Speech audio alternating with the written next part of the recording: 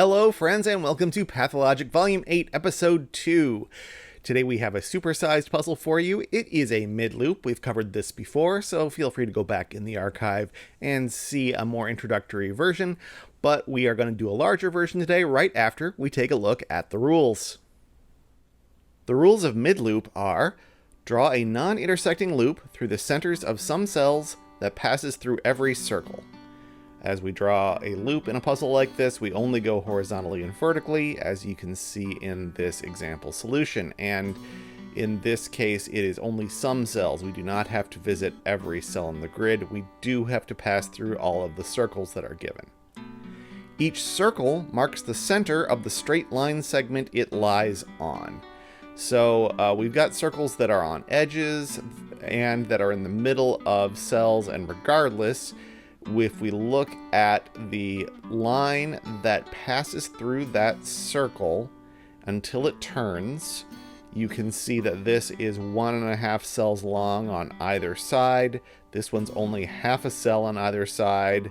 This one is a full cell on either side. It's always going to be the same on one side and the other. Those are the rules of mid-loop, so it's time to solve a puzzle. Today's mid-loop puzzle was set by Freddie Hand. We can start on the edges as we have in the past, and we know that the loop must go through any dots on the edge in a direction parallel to the edge. That is given.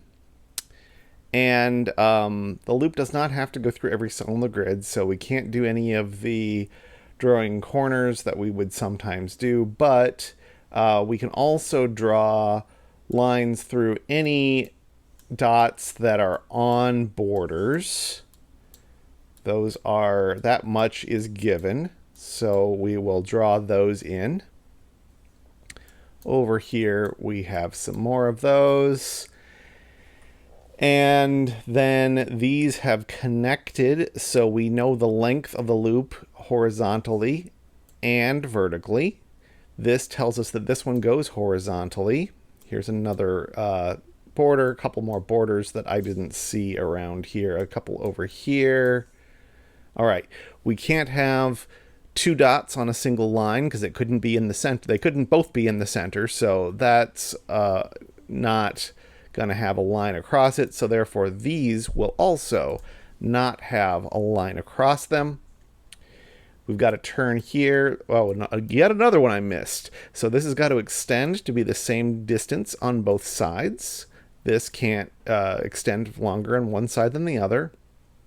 This can't either. There's going to be a turn there.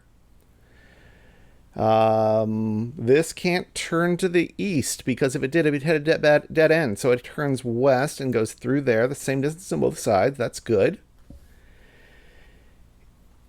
We need to... what? I'm just saying words at this point. What other places are... The problem with the supersized is not necessarily difficulty, it's scanning. There's so much to potentially look at. Here's one. This we know the length of on the right side, so therefore we know the length on the left side, so it must turn. Same thing here. This has to turn, and it can only turn west. So we know that. We now know the length of this one. This has to turn. Okay, so this could close this loop at that point. I don't think we know enough about that yet for me to proceed. If this turns east, then it closes there, which is fine. If this turns west, it goes over here. Oh, that's a problem. If this turns west, it goes across here, and then this little segment is stranded. So this does turn east. It does connect here. This doesn't close early. So it comes up here. This turns east. That means this one is a vertical line. It means this has to keep on going at least a little bit further.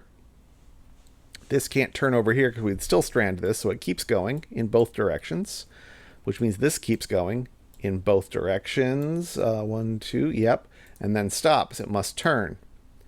This has to turn, and it has to go west to meet up with this line.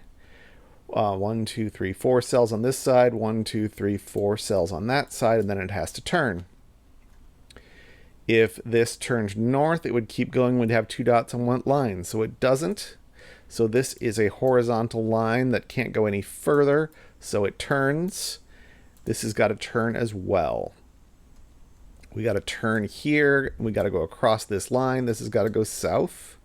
We don't want to close this loop early, so we come down here. We're going to extend these to make it not close. This can't go any further because we know how far it goes to the north, so it goes that distance to the south. So it turns, goes through there. This one is defined. We're just going to keep on going so that that loop doesn't close early. We know this has to be vertical now. And it's got to turn in those places. This has to go vertically next to this one. We need to go through this still, and it's got to be horizontal. And if we were to keep going one further, we'd have this huge west branch from this dot, so we'd need a huge east branch, and we'd hit this dot. Don't want to do that. So we're going to turn instead. We're going to meet up there. We know how far this goes to the east, same distance to the west, so it goes south. Here's another dot on a border that I missed earlier, so let's do that. We know the length of this, so we've got to turn.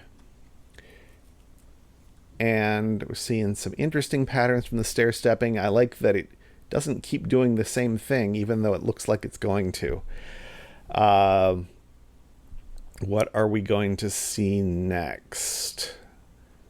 Probably another place where the line would have to continue too far. That's my guess. We know that the line doesn't go through here. If this keeps going to the east, it's got to keep going, and then we're going to have to go that far on the other side. Annoyingly, that's still feasible. If this goes south, or west for that matter, it's going to have to come out here. This line, oh, this can't be vertical. That's the easy thing to see because we got a dead end up here. So this goes horizontally. That means this turns. This can't turn west because then we'd close the loop early, so it turns east. We're going to go east down here. We are going to hit that one, so we're going to go that far in that direction. This will keep going. This has to be vertical. We turn up there. We turn on both sides here and keep on going through. This has to go on the east side as far as it done on the west side, so then it turns south. This has to keep on going through the tunnel. We've got our blue loop is continuing to grow. This can't go any further. It's got to turn, and it's going to turn through there. It's got to turn again, and then it's going to have to turn south. This has to turn because of these two restrictions. This must turn. These both have to turn south. This can't go further north because it's a dead end, so it turns, and therefore this turns as well. We have this one, can't go any further. The blue loop can't close, so we don't go through there, but this could go a couple directions. If this kept going straight, then it would have to go through there, and we would have 2 dots on the same vertical path. Not allowed. So it will turn. This has to be a horizontal one, and it's going to have to turn on this side, and therefore it'll turn on that side as well. This has to go through the tunnel, and it will have to turn, and it will have to turn. This turns south and west. Turn over here. We're almost done. We just have to figure out these last 2 dots. This line we know the length of, so it will turn. This can't go east because there's a huge dead end there. So this turns north, so this has to turn north. So this can't go north because we'd close before we hit the final dot. So this turns into that dot. And now we don't want to hit this dead end, so we're going to go north, east, and east.